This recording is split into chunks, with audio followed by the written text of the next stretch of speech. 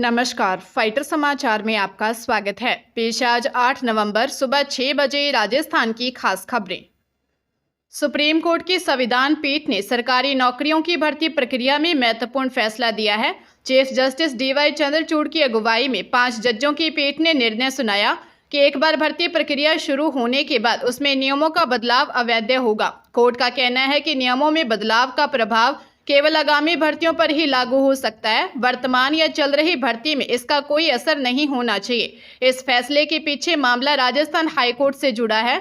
2013 में अनुवादकों के पदों पर भर्ती के दौरान राज्य सरकार ने बीच में कुछ नियमों में बदलाव किया था, जिसमें यह कहा गया कि केवल वही उम्मीदवार नियुक्ति के लिए योग्य माने जाएंगे जिन्होंने लिखित और मौखिक परीक्षा में 75% से अधिक अंक प्राप्त किए हों। यह निर्णय उन अभ्यर्थियों पर लागू किया गया जिन्होंने पहले ही परीक्षा दे दी थी, जिसके कारण भर्ती प्रक्रिया में असमंजस की स्थिति उत्पन्न हो गई थी।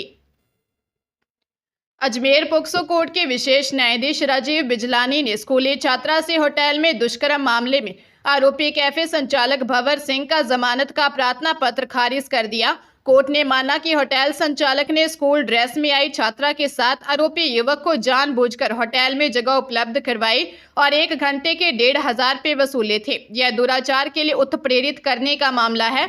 विशेष लोक अभियोजक रुपेंद्र कुमार परिहार ने बताया कि घटना केकड़ी की है। परिवादी ने रिपोर्ट दी कि उसकी नाबालिग पुत्री 30 अगस्त को स्कूल गई थी। आरोपी युवक ने उसे सोशल मीडिया पर दोस्ती के जाल में फंसाकर आरोपी व उसका दोस्त उसे जबरन बैठाकर केकड़ी में स्थित एक कैफे में ले गए, जहां आरोपी ने नाबालिग से दुष्कर्म किया था। पुलिस ने मामले में भंवर सिंह को सह अभियुक्त मानते हुए गिरफ्तार किया था। जम्मू कश्मीर विधानसभा में आर्टिकल 370 वापसी के प्रस्ताव पर हंगामा हुआ। इस दौरान जमकर बवाल हुआ। कुछ सदन के सदस्यों के बीच हाथापाई तक हुई। जम्मू कश्मीर विधानसभा में इंजीनियर रशीद के भाई और विधायक खुर्शीद अहमद शेख ने अनुच्छेद 370 पर बैनर दिखाए। विपक्ष के नेता सुनील शर्मा ने इस पर आपत्ति जताई, जिसके बाद हंगामा शुरू हुआ। इस दौरान बीजेपी के कुछ विधायकों को धक्के देकर बाहर निकाला गया। विशेष दर्जे संबंधी प्रस्ताव को लेकर हंगामे के बाद जम्मू कश्मीर विधानसभा की कार्रवाई 15 मिनट के लिए स्थगित की गई। जम्मू कश्मीर विधानसभा में एक दिन पहले भी हंगामा हुआ था। तमाम विवाद के बाद सदन स्थगित कर दिया गया था। गुरुवार को सेशन फिर शुरू हुआ। इंजीनियर राशिद के भाई विधायक खुर्शीद अहमद शेख अनुच्छेद 370 पर एक बैनर दिखाए। इस दौरान विपक्ष के नेता सुनील शर्मा ने इस पर आपत्ति जताई थी। सुप्रीम कोर्ट की सख्ती के बाद केंद्र सरकार ने पराली जलाने वाले किसानों पर जुर्माना दोगुना कर दिया है। पर्यावरण मंत्रालय ने नोटिफिकेशन जारी करके इसकी जानकारी दी। अब 2 एकड़ से कम जमीन पर 5,000 रुपये का जुर्माना लगेगा। 2 से 5 एकड़ तक 10,000 रुपये और 5 एकड़ से अधिक जमीन वालों पर 30,000 रुपये तक जुर्माना वसूला जाएगा।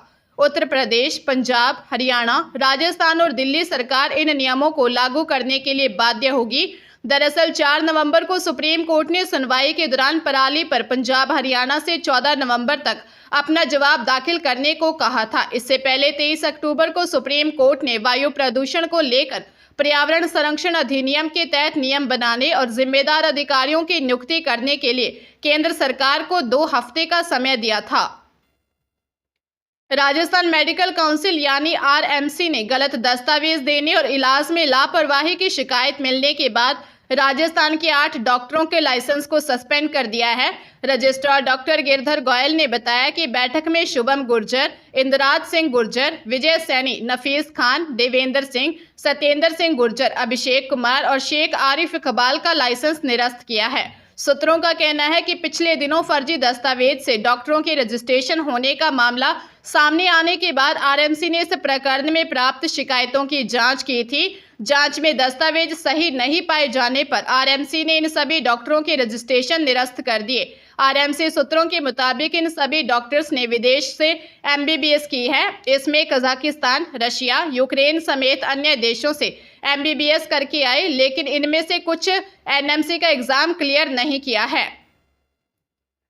जालंधर में पुलिस और बदमाशों में मुठभेड़ हो गई, जिसके बाद पुलिस ने 2 बदमाशों को दबोच लिया है। पुलिस को देखकर बदमाश भागने लगे। जैसे पुलिस कर्मचारियों ने उन्हें सरेंडर करने के लिए कहा तो गैंगस्टरों ने पुलिस कर्मचारियों पर फायरिंग कर दी। पुलिस कर्मचारियों ने क्रॉस फायरिंग करके 2 गैंगस्टरों को घायल कर दिया और दबोच लिया। जानकारी के मुताबिक पकड़े गए बदमाश कौशल बम्बीहा गैंग से जुड़े हैं।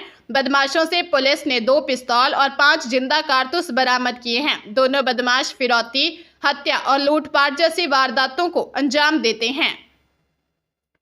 प्रदेश में विधानसभा की 7 सीटों पर होने जा रहे उपचुनाव में प्रचार के लिए बीजेपी ने पूरी ताकत लगा दी है। सूत्रों की माने तो पार्टी इस बार पूर्व सीएम वसुंधरा राजे को चुनावी कैंपेन में उतार सकती है। इस बात के संकेत खुद बीजेपी प्रदेश अध्यक्ष मदन राठौर ने दिए हैं। जातिगत और क्षेत्रीय समीकरणों को साधने के लिए इस बार चुनाव प्रचार की विशेष रणनीति बनाई गई है। नेताओं को उनके प्रभाव वाले क्षेत्रों में ही प्रचार की जिम्मेदारी दी गई। इस बात का विशेष ख्याल रखा गया है कि अगर किसी सीट पर किसी नेता के जाने से पार्टी को नुकसान का खतरा है तो ऐसे नेताओं को वहां प्रचार से दूर ही रखा गया है। सीएम भजनलाल शर्मा, उप मुख्यमंत्री दिया कुमारी और प्रदेश अध्यक्ष मदन राठौर सभी 7 सीटों पर प्रचार करेंगे। इनके अलावा कोई भी स्टार प्रचारक सभी 7 सीटों पर प्रचार करने नहीं जाएगा।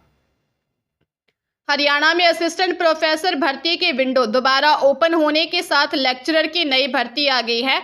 ऐसे में जो युवा टीचिंग क्षेत्र में बढ़िया नौकरी तलाश रहे हैं उनके लिए अच्छा चांस है। हरियाणा लोक सेवा आयोग ने उच्चतम शिक्षा विभाग में ग्रुप लेक्चरर भर्ती का नोटिफिकेशन जारी कर दिया है। आवेदन आयोग की ऑफिशियल वेबसाइट hpsc.gov.in पर शुरू हो गए हैं। वही आवेदन फॉर्म भरने और आवेदन शुल्क का भुगतान करने की आखिरी तारीख 27 नवंबर 2024 है। इस भर्ती में शामिल होने के लिए उम्मीदवारों के पास संबंधित विषय में बैचलर ऑफ मास्टर्स की डिग्री होनी चाहिए। साथ ही अभ्यर्थियों ने हिंदी या संस्कृत की कक्षा 10वीं तक बतौर विषय पढ़ाई की हो। योग्यता संबंधित जानकारी अभ्यर्थी विस्तार से भर्ती के आधिकारिक नोटिफिकेशन से चेक कर सकते हैं।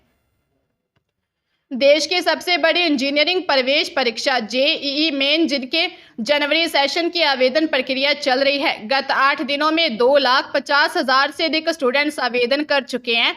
आवेदन की अंतिम तिथि 22 नवंबर तक है। काउंसलिंग एक्सपर्ट्स के अनुसार बड़ी संख्या में ऐसे स्टूडेंट्स सामने आ रहे हैं जो विशेषकर महाराष्ट्र एवं गुजरात बॉर्डर के हैं और दूसरे बोर्ड से भी हैं, जिन्हें स्वयं के नाम एवं आधार कार्ड में दिए गए नाम में मिलान ना होने के कारण स्टूडेंट्स आवेदन नहीं कर पा रहे हैं। इस संबंध में नोटिस जारी किया गया है। अब ऐसे स्टूडेंट्स जिनके स्वयं के नाम एवं आधार कार्ड में नाम में मिलान होने पर ये सभी स्टूडेंट्स आवेदन के दौरान आधार नंबर वाले कॉलम में आधार नंबर फिल करके खुली पॉप ऑफ विंडो पर क्लिक कर अपने आधार कार्ड पर लिखे नाम के अनुसार नाम फाइल करके अब आवेदन प्रक्रिया पूर्ण कर सकते हैं।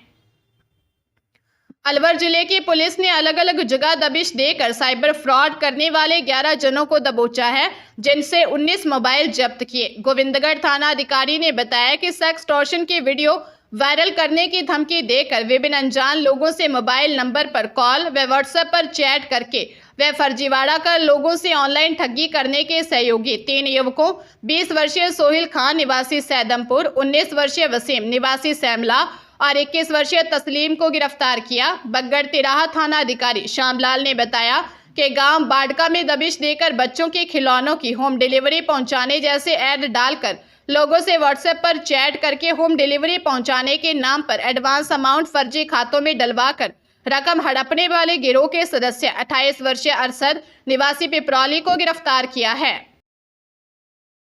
सीकर जिले के नेचुआ तहसील के नरसास गांव में युवक की हत्या के मामले में परिजनों ने शव का पोस्टमार्टम होने के बाद भी शव नहीं लिया।